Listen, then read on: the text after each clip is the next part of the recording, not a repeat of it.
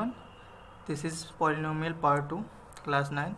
आज हम लोग सॉल्व करेंगे एक्सरसाइज 2.1। ठीक है, सो पहला क्वेश्चन है, which of the following expression are polynomial in one variable and which are not, state reason for your answer. ठीक है, तो क्या बोल रहा है कि ये जितने भी एक्सप्रेशन दिए हैं सबको देखना है तुमको और बताना है कौन सा है पॉलिनोमियल। पहली बात तो पॉलिनोमियल होना चाहिए, एंड इन वन वेरिएबल मतलब सिंगल वेरिएबल का है, और कौन नहीं है, और वो बताने के बाद तुमको रीज़न भी देना है कि ऐसा क्यों है। ठीक है, तो करते हैं। पहला है 4x² - 3x + 7।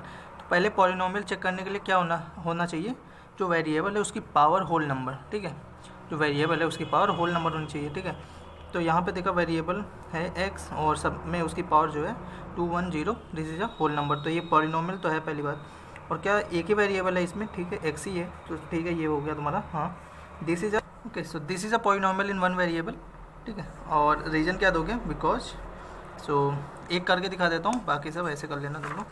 ठीक है, सो फर्स्ट का फर्स्ट है तुम्हारा 4x² - 3x + 7। ठीक है, so yes, this is a polynomial, yes this is a polynomial in one variable because। ठीक है, तो एक कारण दोगे कि पॉलिनोमियल क्यों है और दूसरा कारण दोगे कि एक वेरिएबल क्यों है। तो पहला कारण है पॉलिनोमियल क्यों है उसका, because exponent of variable in this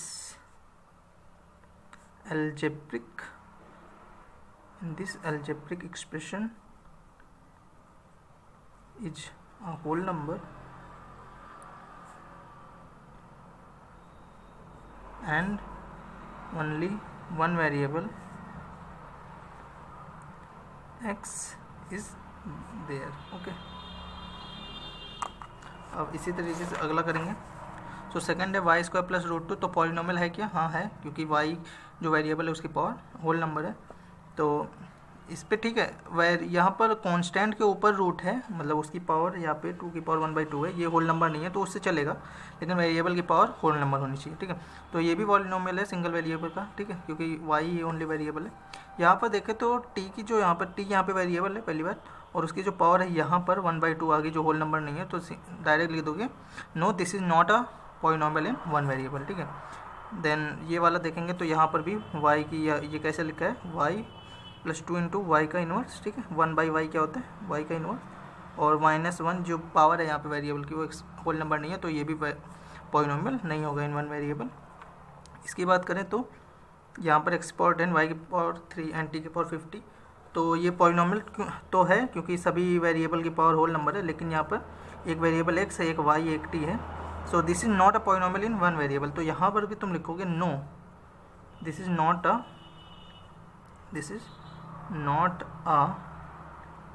polynomial in one variable. ठीक है, in one variable, and because we have three variable.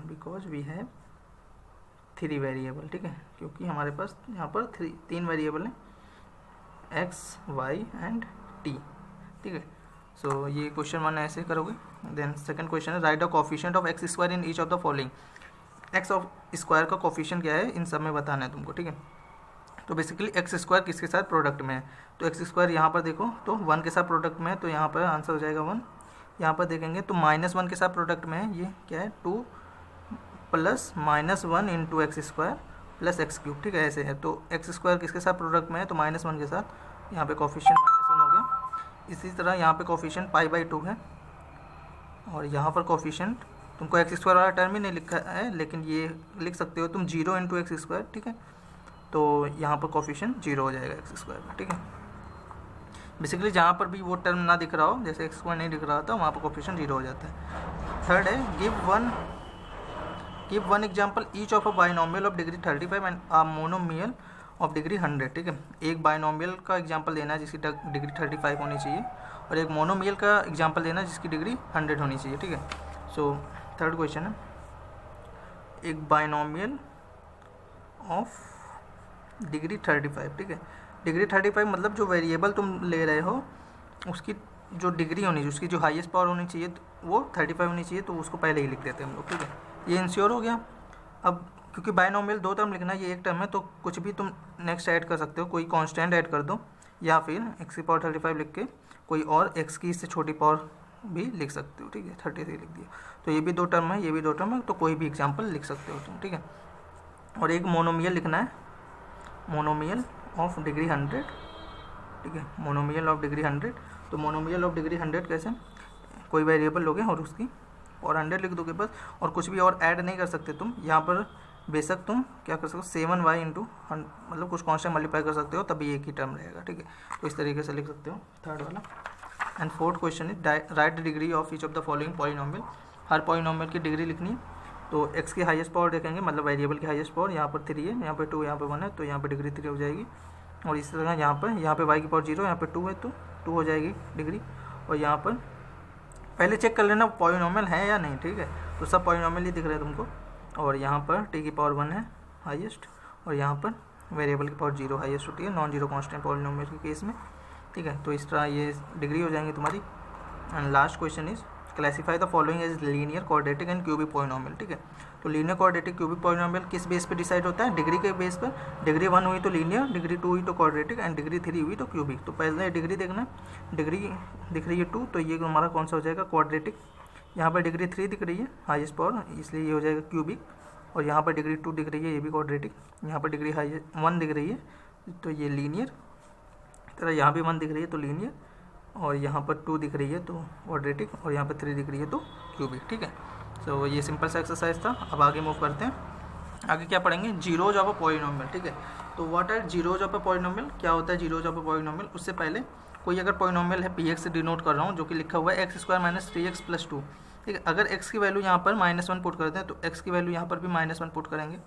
So p of -1 तुम्हारा ऐसे लिखोगे, -1 यहाँ पे पुट करोगे x की जगह पर, तो -3 इंटू -1 + 2, -1 का square 1, and -3 into -1 is +3 + 2, this will come out to be 6, ठीक है। तो बेसिकली जो p ऑफ समथिंग, मतलब कुछ भी यहाँ पर x की जगह लिख दो, मान लो k लिख रहे हैं, जहाँ पर k एक कुछ रियल नंबर है, ठीक है। रियल नंबर का मतलब है रेशनल, कोई भी रेशनल उठा लो, ठीक है, जैसे 1, 2, 3/5, ठीक है। और कोई इरेशनल भी उठा सकते हो, कुछ भी यहाँ पर लिखोगे, जैसे √2, √3, ठीक है। और जब p ऑफ k का मतलब है कि यहाँ पर x की जगह हम लोग k से रिप्लेस कर देंगे, ठीक है। तो वो देगा क्या, जैसे यहाँ पर मैं p ऑफ -1 निकाल रहा था, तो x की जगह -1 रखा, तो जो ये मिल रहा है मुझे, ये क्या है, this is value of. So p of k give me value of polynomial, give me value of polynomial px at x = k, ठीक है। तो जो यहाँ लिखूंगा p के का मतलब होता है कि value of polynomial px at x = k, और ये निकलता कैसे है, तो हम लोग x की वैल्यू वहाँ पर जो रिक्वायर्ड पूछी रहती है यहाँ पर, वही रख देते हैं यहाँ पर, ठीक है, वहाँ से वैल्यू निकल आती है। सो जैसे यहाँ पर एग्जांपल है, find the value of each of the following polynomial at the indicated value of variable, ठीक है। तो ये बोला है px की तुमको वैल्यू निकालनी है कहाँ पर, एट x = 1, ठीक है। तो बेसिकली p ऑफ 1 निकालना है, तो x की वैल्यू यहाँ पर 1 रखेंगे, ठीक है, निकल आएगा। सो x की वैल्यू यहाँ पे 1 रखेंगे, 5 × 1 का स्क्वायर -3 × 1 + 7, तो this is 5 - 3 + 7, so 5 + 7 is 12, and 12 - 3 is 9, ठीक है। तो वैल्यू आई 9। यहाँ पर क्या बोला है, इसकी वैल्यू निकालना y = 2 पे, तो सिंपल क्यों, y की जगह 2 रख देंगे, 3 × 2 का क्यूब -4 × 2 + √11, so this is 2 का cube 8, 8 3 = 24 minus this is 8 and plus √11, so 24 - 8 is 16, 16 + √11। अब इसका रेशनल प्लस इरेशनल आ जाता है, वहीं पर रोक देते हैं, क्योंकि आगे हम लोग कुछ नहीं कर सकते।